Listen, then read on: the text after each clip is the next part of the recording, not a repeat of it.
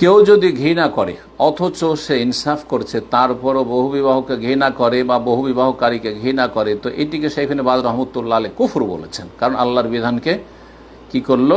ঘৃণা করলো। আল্লাহর বিধান। প্রশ্ন বলছেন, শেখ অনেক মুসলিম ভাই তাদের সামর্থ্য প্রয়োজন অনুযায়ী দ্বিতীয় বিয়ে করে, কিন্তু সমাজের অনেক মানুষ তাকে খারাপ চোখে দেখে দ্বিতীয় বিয়ে করার কারণে। যারা খারাপ চোখে দেখে অথচ সে ভালো মানুষ যদি সুবিচার করে, তাহলে তারা জাহেল, মূর্খ এবং তাদের দিনের কোনো জ্ঞান নেই। আর যে প্রচার মাধ্যমগুলি, মিডিয়া রয়েছে, ইসলাম বিরোধী মিডিয়া, যে বহু বিবাহকে একবারে ঘৃণিত করে পেশ করছে, এই রকমই 18 বছর কমে যদি বিয়ে করে, বিয়ে বসে, তাহলে চরম অপরাধ করে যদি 18 বছর কম বয়সের মেয়েকে যদি কেউ বিয়ে করে, কিন্তু 12 বছরে ধর্ষণ করছে, বা 12 বছরের মেয়ে একটা 18 বছর 16 বছরের ছেলের সাথে আপনার আড্ডা দিচ্ছে, ঘুরে বেড়াচ্ছে, পার্কে জেনা করছে, কিচ্ছু নেই, কোনো বিচার নেই, কোনো কিছু নেই। আল্লাহ রাব্বুল আলামিন জাতির শাসকদেরকে আল্লাহ যেন সংশোধন করার তৌফিক দান করেন এবং দেশকে ভালোর দিকে নিয়ে যাওয়ার তৌফিক দান করেন। তো যেটা বলছিলাম, প্রশ্নে বলছেন যে দ্বিতীয় বিয়ে করার কারণে খারাপ মনে হয় যে সে অনেক খারাপ কাজ করেছে, এমনকি তাকে লুচ্চাও বলেও গালি দেই। তারা মূর্খ, তারা মূর্খ, জাহেল, দিনের কোনো জ্ঞান নেই তাদের। আর না হলে ইসলাম বিরোধী। তারা দুই রকম শক্তি এইসব কাজ করে, এক হচ্ছে জাহেল আর এক হচ্ছে জালেম। জালেম হচ্ছে ইসলাম বিরোধী শক্তিগুলি, সে মোনাফেক, নাস্তিক শক্তি অথবা বিজাতি কুফরি শক্তি। আর না হলে আপনার মুসলিম সমাজের জাহেল, মূর্খ। জেনা করলে কোনো দোষী না, কিন্তু বিয়ে করলে আরে কি কাজ করলো, আরে কোনো আলেম যদি দ্বিতীয় বিয়ে করলে এটা মানুষের কাজ করলো নাকি, এটা কি কাজ করে ফেললো, চরম অন্যায় অপরাধ করে দিয়েছে, আউযুবিল্লাহ। তাহলে এটা আল্লাহর আইন। আর যারা আল্লাহর আইনকে অপছন্দ করে তাদের ব্যাপারে হুকুম কি? এই ক্ষেত্রে শেখ ইবনে বাজ রহমতুল্লাহ আলাইহি বলেছেন, কেউ যদি একাধিক বিয়ে করতে সামর্থ্যবান হয়, শক্তি সামর্থ্য আছে, শক্তি সামর্থ্য বলতে এর আগে বহুবার আমি বলেছি ঈমানি শক্তি লাগবে, সেটা হচ্ছে তাকওয়া, আল্লাহ ভীরুতা, আল্লাহর ভয় আছে, অবিচার করবে না, জুলম অত্যাচার করবে না।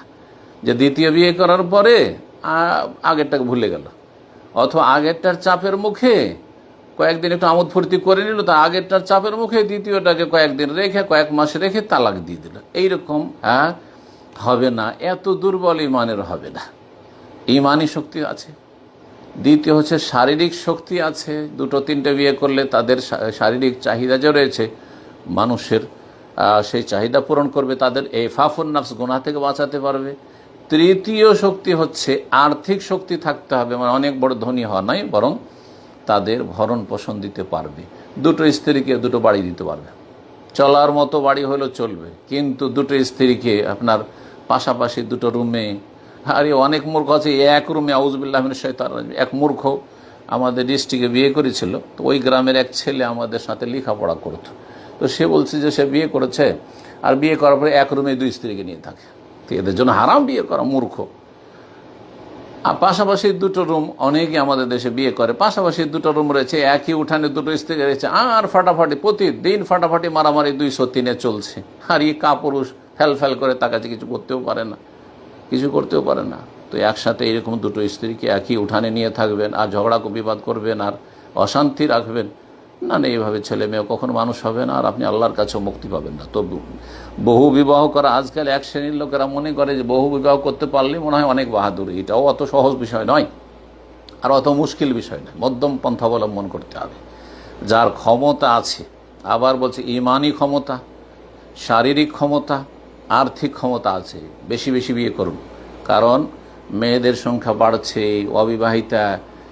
অনেক অবিবাহিতা আছে, লক্ষ লক্ষ আছে দেশে, যাদের বয়স 40 পার হয়ে চলে যাচ্ছে, 30 পার, হয়তো কয়েক লক্ষ কি কোটিতে পৌঁছে যাবে, যে 30 পার হয়ে গেছে, ভালো স্বামী পাচ্ছে না। সুতরাং যারা ভালো মানুষ তারা বেশি বেশি বিয়ে করেন, কিন্তু এসব শর্তগুলি পূরণ করবেন, আর না হলে কিয়ামতের দিন ফেঁসে যাবেন।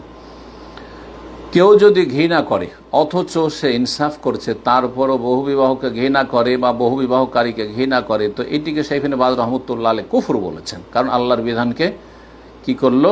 ঘৃণা করলো আল্লাহর বিধানকে। আল্লাহ রাব্বুল বলেছেন সূরা নিসাতে যে ফানকিহু মা তাবা লাকুম মিনান নিসায়ে মাসনা ওয়া সুলাসা ওয়া রুবা, 2 2 3 3 4 4, না পারলে ফাইলাম তাস্তাতিউ ফাওয়াহিদান, না পারলে তখন এক, যারা পারি না তাদের ক্ষেত্রে একটি বিয়ে করে আলহামদুলিল্লাহ তাতে শান্তি আছে এবং তাতে সুখী আছে, আলহামদুলিল্লাহ জায়েজ কাজ করছে, সেও কোনো ভুল কাজ করেনি। কিন্তু উত্তম ছিল 2 3 4 বিয়ে করা, কিন্তু এই 3টি শর্তের সাথে। আল্লাহ যেন তৌফিক দান করে। কেউ যদি ঘৃণা করে আল্লাহর কোনো বিধানকে, তাহলে এটা কুফর কেন হবে? কোরআনে কারিমে আল্লাহ বলছেন যালিকা বিআন্নাহুম কারিহু মা আনজালাল্লাহ, সূরা মুহাম্মদ আল্লাহ বলেছেন যে এরা মুনাফিকগুলো কেন কাফের হয়ে গেছে? কারিহু মা আনজালা, আল্লাহর নাজিলকৃত বিধানকে তারা ঘৃণা করেছে, সেই জন্য অপছন্দ করেছে, বরদাস্ত হয় না বহু বিবাহ। ফাআহবাতা আমালুহুম, সুতরাং তাদের আমলকে আল্লাহ নিষ্ফল, ব্যর্থ করে দিয়েছেন, বরবাদ করে দিয়েছেন, আমল নষ্ট হয়ে যাবে কুফরির কারণে। আল্লাহ যেন বোঝার তৌফিক দান করে।